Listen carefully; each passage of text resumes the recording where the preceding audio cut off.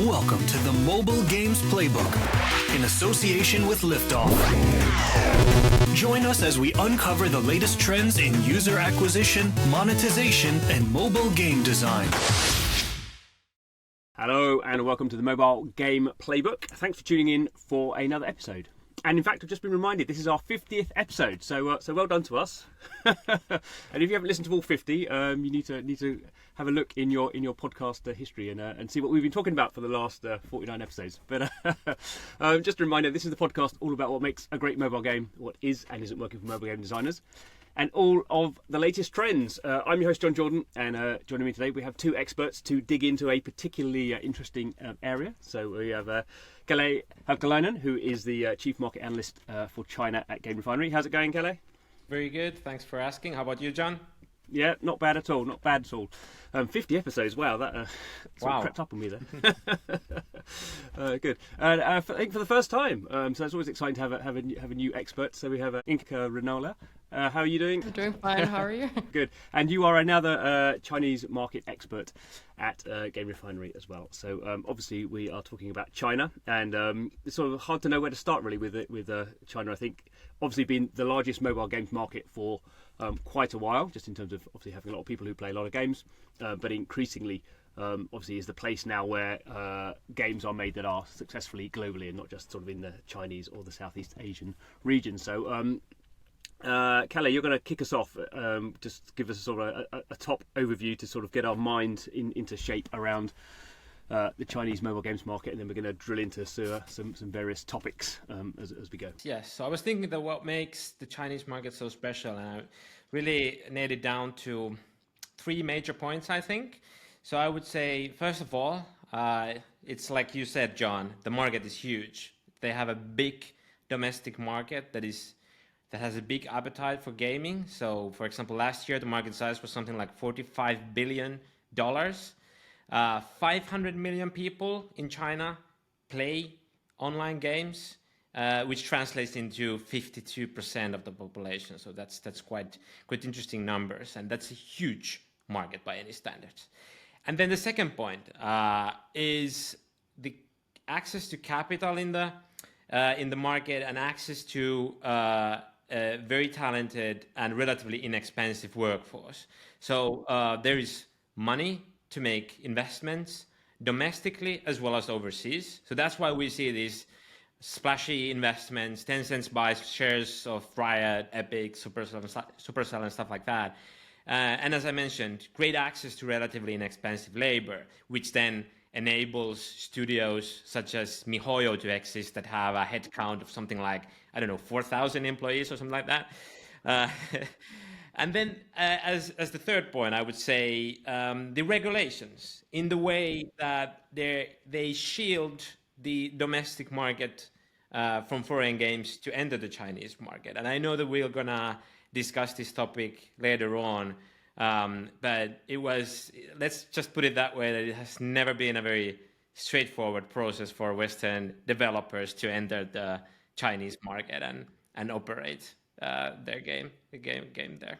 As you said, we'll discuss. It's not always been the easiest place for Chinese developers either. And also, I think it's good to, like, people a lot of times ask that why is mobile so much associated with Chinese gaming and stuff like that. So I guess just giving a bit of context around that could be interesting as well. So concepts like games as a product, boxed products and stuff like that, and console gaming in general, they never actually played a big role in China. And there are various reasons for that. We don't want to go there right now, but things like piracy and the fact that console gaming was banned for a long time in the country played a role.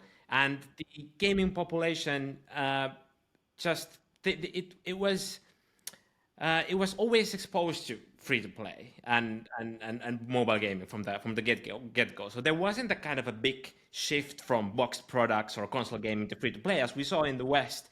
And instead, what we saw is that for a lot of Chinese players, their first exposure to gaming was through mobile and PC. And the prevalent business model has always been free to play in China. And a lot of Chinese also live in relatively small and cramped apartments, and the families are big. There's often multiple generations that live under the single roof. So it's not easy to find a place where you can actually, have your PC rig set up or TV console set up installed. And even if you did, gaming never has been a commonly perceived as a healthy hobby. So for the underaged, that has always been, they have been always forced to go outside or play secretly, and that mobile devices allow you to do that, if you understand what I mean. It's sort of the point at which free-to-play mobile games were sort of getting big was also the point at which you had this sort of big change in the Chinese market as well. So you have sort of obviously a large population and a lot a very sort of strong middle class developing there just at the same time when sort of the world is really getting to free-to-play mobile, and there's just no history of gaming anywhere else. So you sort of have that a little bit in Japan, but Japan obviously be massively into consoles as well. So in Japan you sort of have really strong consoles, not a lot of PC, but a lot of mobile. Whereas in China, just all that growth and all that interest in games was just pushed into free-to-play mobile. So it's just why it very quickly became this enormous sort of power. That's a good point. There's definitely an overlap in timelines there for sure. So that's our sort of headline, and now Inka, you're going to go into a bit more what's going on sort of trend-wise at the moment, which is obviously give us some detail. Yeah, so about a bit overall market first. So it's still very like Tencent and NetEase dominated market, and mid-core is still a big thing. But actually, interestingly, the casual has been on the rise right now. So it's like last year, mid-core lost 7% of the revenue market share, and casual actually grew 4%, and also casino like 2%. And there's like a lot of different interesting things in the casual that has been affecting this. And one of the most interesting is the game called Eggy Party. It's this Stumble Guys type of game, which has very deep social experience also. Like, for example, you can walk into a shop and see other players at the same time there. And Eggy Party was actually like third biggest on the Q2. And it's like grown into this whole big thing within a year. So that's drawing a lot of casual players in. And in addition to that game, there's also a lot of other like casual games that are interesting. For example, there's one merge game called Fat Goose Gym. That's like merge games are not very common in China, but that has been very popular. And genre-wise, there's also like a lot of interactive story games that have been published. Not quite recently, but like there's coming new interactive story games every now and then, so it's definitely growing. And also there's this cozy game thing, and it's also like in China because there's this one tycoon game called Taoyuan Xianzhu Yourenjia, which is this very beautiful water-painted soothing game where you manage a village somewhere in the fantasy world, and it's this very cozy and soothing and nice gameplay experience. And also like feature-wise, there's interesting stuff happening, like limited time gachas, bulk gacha discounts, they have all like become more popular, and there's big difference between like top 20 games and other games.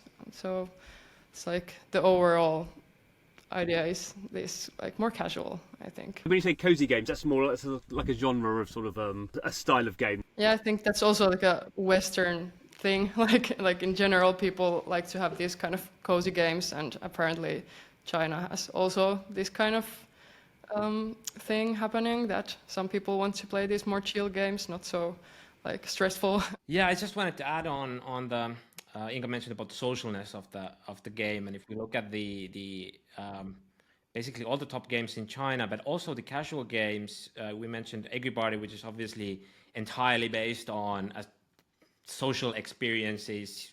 Inga mentioned the social hub that is there, and you can create your own home there, decorate it, invite friends to come over, decorate the home with them, and engage in all kinds of social activities in the game with your friends.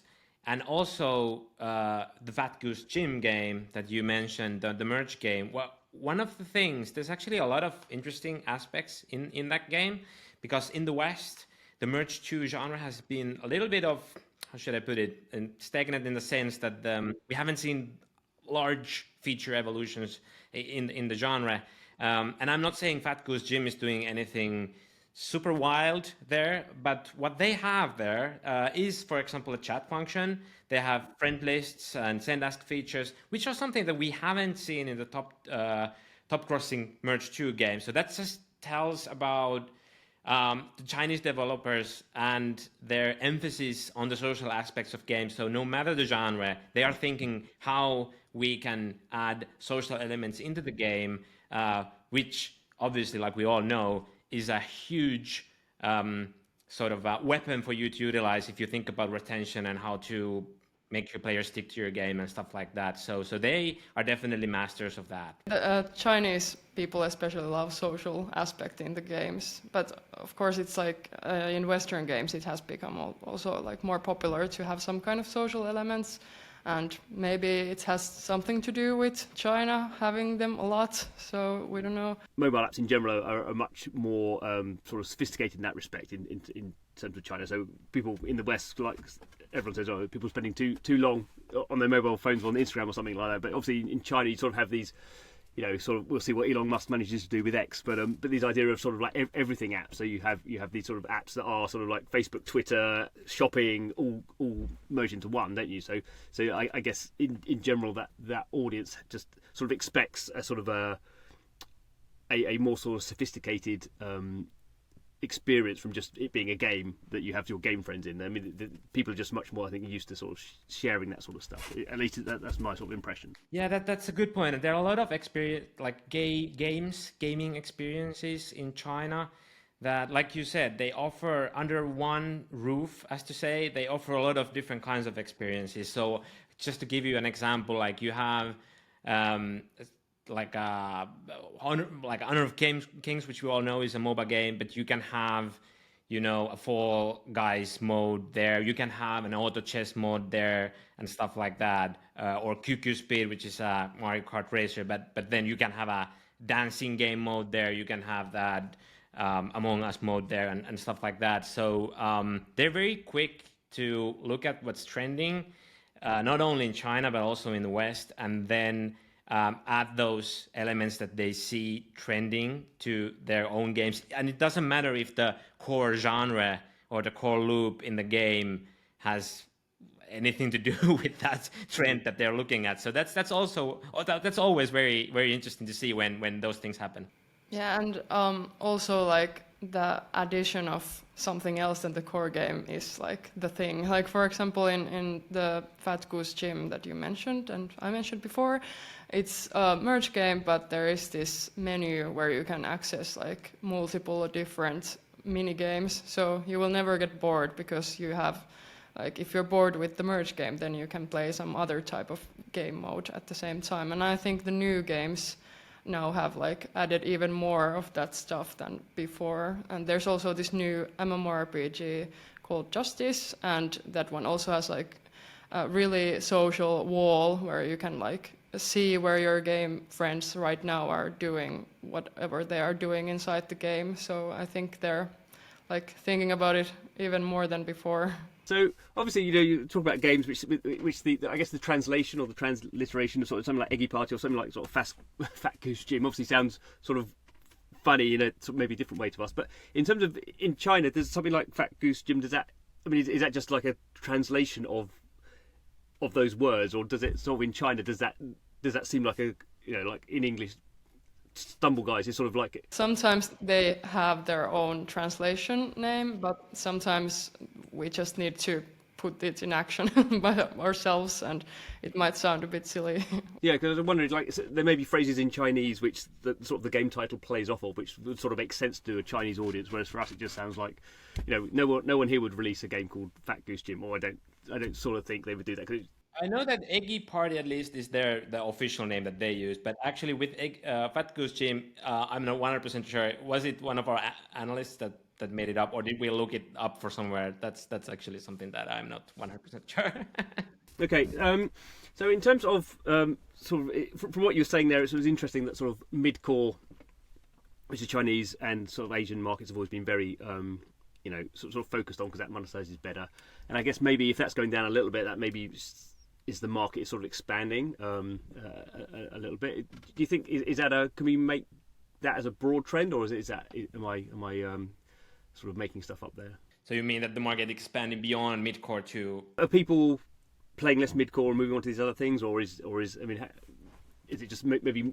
I imagine over time, sort of more people who wouldn't call themselves gamers sort of eventually end up playing games. So you sort of have a sort of a widening of the audience, but maybe becoming less concentrated in the sort of more core elements. The way I see it is that I think we as players, at times we might be motivated by different kinds of things. So if we think about games like I mentioned, that a QQ Speed has, or maybe a mid-core game is a better example. So if Honor of Kings has an casualish game mode in there, I think a lot of people don't mind like playing that casualist game mode, even if it happens inside a mid-core game. I think there's even especially these big games that have like tens of millions of players. There's so much different kinds of player types and so much different kinds of motivations to play the games that a lot of them might have additional motivations and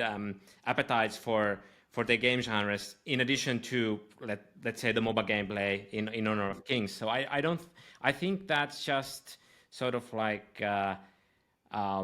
adding more value to these players and giving something that they can feed their specific motivations that they might have. So I guess that's how I think about that. And in addition, I think that it might have something to do with the same thing as in the West, that like the gender who play the games have also diversified. So maybe earlier it might have been more like male-dominated thing, and then it's like more female players, and well, often they play, for example, those interactive story games or customization games or something else casual. So there's like a need for those genres too. Yeah, that's a good point. I think it was researched some time ago that the demographics, for example, of Honor of Kings was the percentage of female players was really high. It was like close to 50% or something like that. So that was really like surprising. So no wonder that they're also looking for serving that kind of demographic. People who don't know, Honor of Kings is like a mobile MOBA. It's effectively sort of a League of Legends type game, isn't it? So that's that would be an interesting point of view if it was that audience was sort of had a wider demographic, because you have these games which are sort of about one thing but have all these other things in there. Then that's a sort of more interesting audience. Whereas it was striking, it is striking that I don't think in the West, I don't know. I mean, it's probably culturally that if you had a shooter game and then put a merge in there, I mean, the fan base would be, maybe this is me putting too much sort of stress on the point, but it seems to me maybe that sort of Western audiences treat the sort of coherence of the game as that's sort of quite important. If you have a game, the game needs to make sense. You can do weird things in the game, but there needs to be some sort of reason why you're doing weird things in the game. Whereas I think for Asian markets, not just for China, it doesn't matter if you've got a shooter game and you put a merge game in there. If everyone likes it, that's fine. We'll get on with it. Yeah, but then on the other hand, in the West, we're seeing a lot of hybrid games, and we have things like puzzle RPGs that combine mid-core elements to certain kind of casual elements, and other examples like this. So, but yeah, I get your point. Maybe in the West, it wouldn't be that easy in a way to pull that kind of thing off. I think for a live game, you probably find the core audience. The core audience generally get very moany about things they don't feel are part of the core experience. And anyway, let's move on. So I guess one of the other sort of big trends over the last probably maybe 5 years more than that, but is sort of previously Chinese were very good at making games for sort of China, Southeast Asia, maybe Japan, Korea. But we've really seen now, I guess, Chinese games be very successful globally, and then obviously Chinese developers sort of co-developing or having access to IP like Harry Potter and Diablo and all those sort of things, and really that's sort of been, I think, quite a big change to my mind, that Chinese games are as big globally as they are in China. Do you think that's a sort of fair assessment? Is that a big trend, or am I overseeing that? Chinese games not being so big. No, they are so big now. Previously, you sort of had Chinese games tended just to be big in Southeast Asia or China or those areas, whereas now I think Diablo clearly was. There's lots of sort of discussion around that game and how grindy it was going to be, but I think most people just think Diablo Immortal is a really good game. That's my impression of it, at least. So it didn't really, the fact it was made by a Chinese developer, and obviously Call of Duty, Chinese developer. I mean, almost like all the big all the big IP games now. Yeah, I think there's been a definite change that we see a lot of more China originated games in the West and globally as well. So if you look at, for example, the 4X strategy space in the West, it's all China games. Really, it's dominated by them.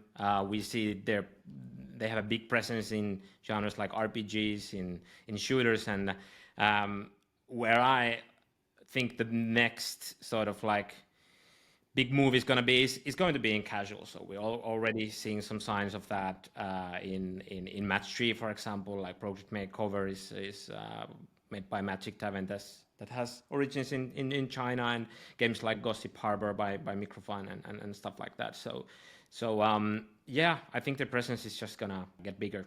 So one thing we sort of headlined at the start was Chinese regulation. So I don't know how much detail you want to go in on that one, because that could sort of be a podcast in and of itself, all the changes that have happened. But how do you want to inform us about the Chinese regulation of mobile games and the impact that has? Yeah, I think this is, as you said, this could be its own podcast, and definitely I'm not the experts out there when it comes to this topic, but it's always been an interesting one, and definitely as a China analyst, you get exposed to this stuff. But I guess what I want to just go through is the different types of regulations that are there, because that's also sometimes a bit confusing. People talk about regulations, but what do they actually mean? So obviously there's regulations on the market entries for Western developers to China. So you need that special license to enter the market. And maybe some of the listeners might know that there were several years when no licenses were given to Western games, but now in the last year or year or two, these regulations have been slowly being eased off. So that's one thing. The second thing is that there are regulations on children's playtime and money spent. So how they are tackling this is with different kinds of login, credential requirements and stuff like that. But according to some of the reports and research that I found, apparently the restrictions can be bypassed quite easily. And actually, when minors' playtime has been researched after these regulations have been implemented, there hasn't really been any sort of major decline in minors' playtime. So it might be that these regulations haven't maybe worked as well as they were initially planned to work. And then third one is regulations on the content of the games. So China being China, there are things you need to consider when it comes to, for example, content on LGBTQ content, for example, or you cannot criticize certain things about China in games, and also about sexual topics and stuff like that. So that's also a bit different when it comes to operating in the West, obviously.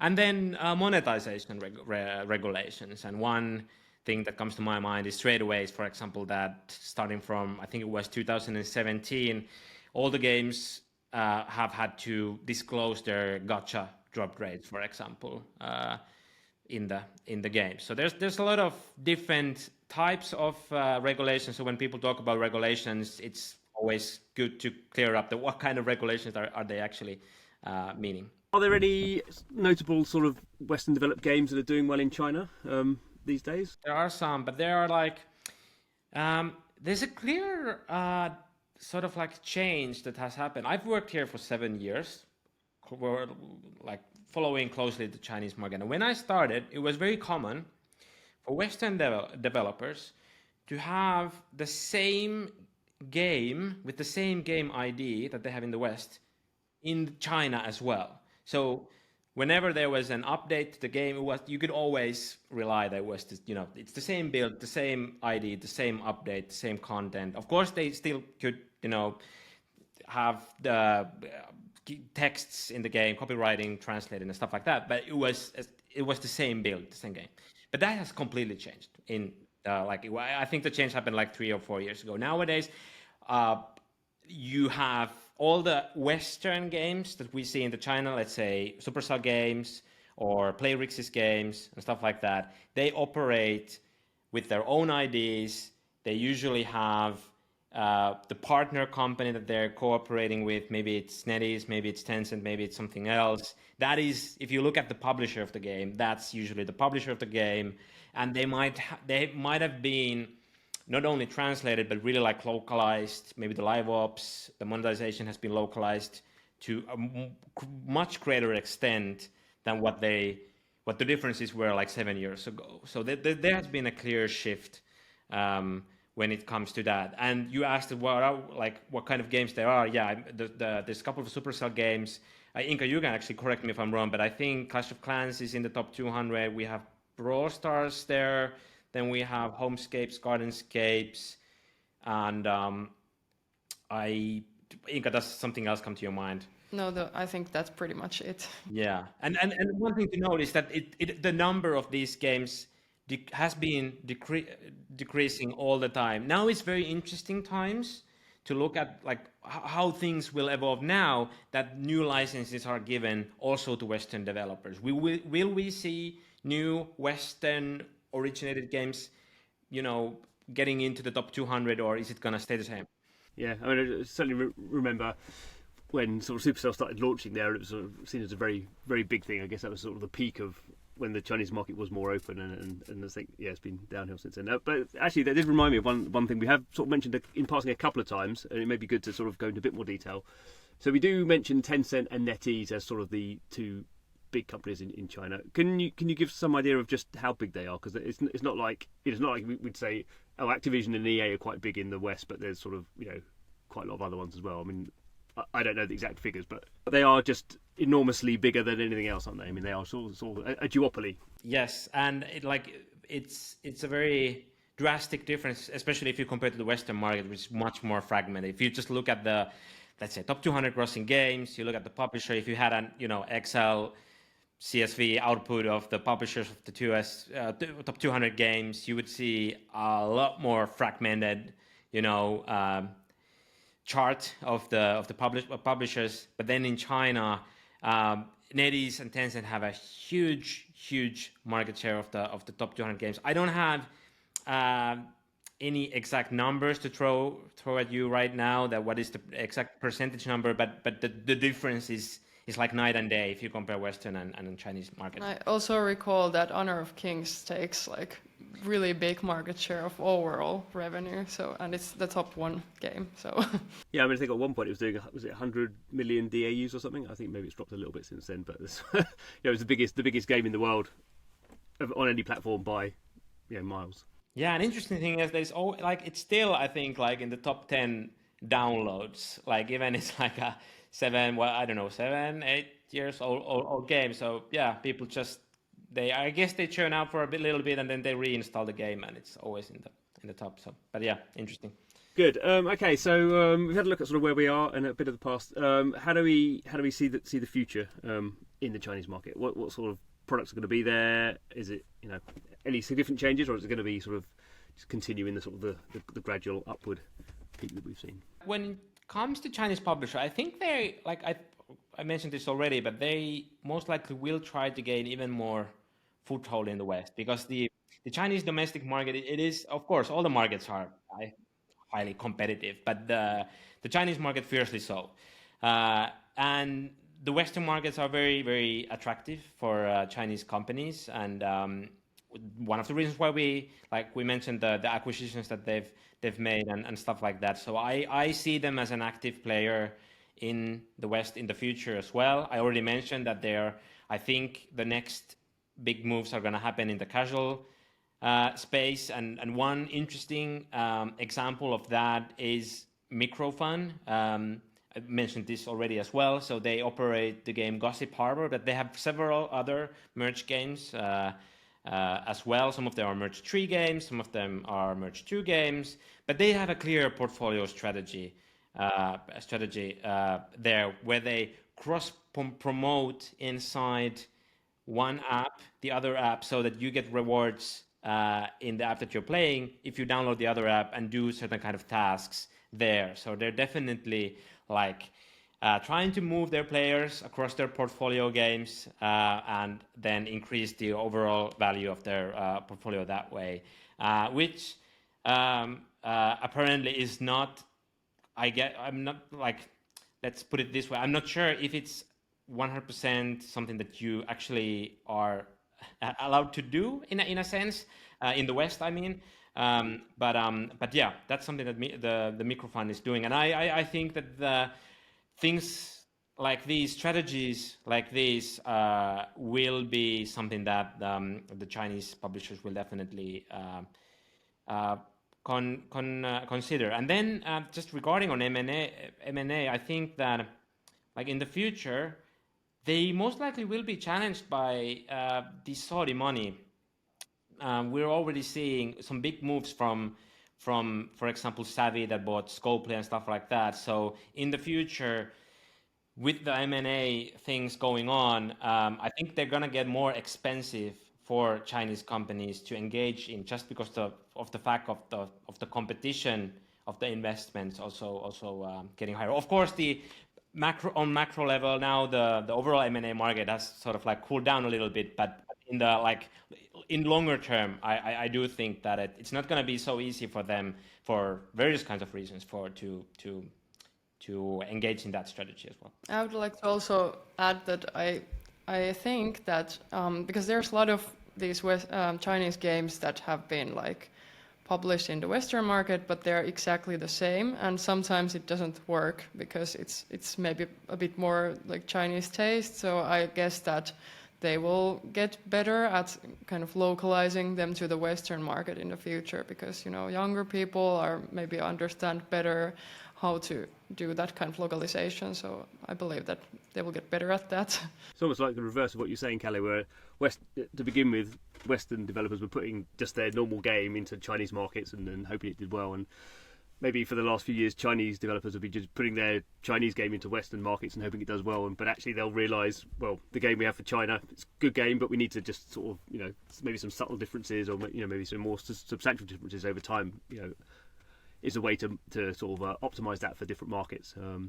Certainly, yeah, the taste of Western gamers is still quite different to Chinese and Asian gamers. So maybe it'll be the reverse trend. They'll be learning from that way. Good. Well, thank you very much to Kalle and Inka, and I hope you enjoyed that. So every episode now will be episode 51, I guess, next. Wow. We'll be talking about what's going on in the world of mobile gaming, and there's just an awful lot going on, very dynamic, very very big markets, and these sort of big companies coming in, and it's always changing. So I hope you subscribe via your podcast channel of choice, or by the video. Now we're doing video. So thanks for watching, listening, and come back next time. See you then. Goodbye.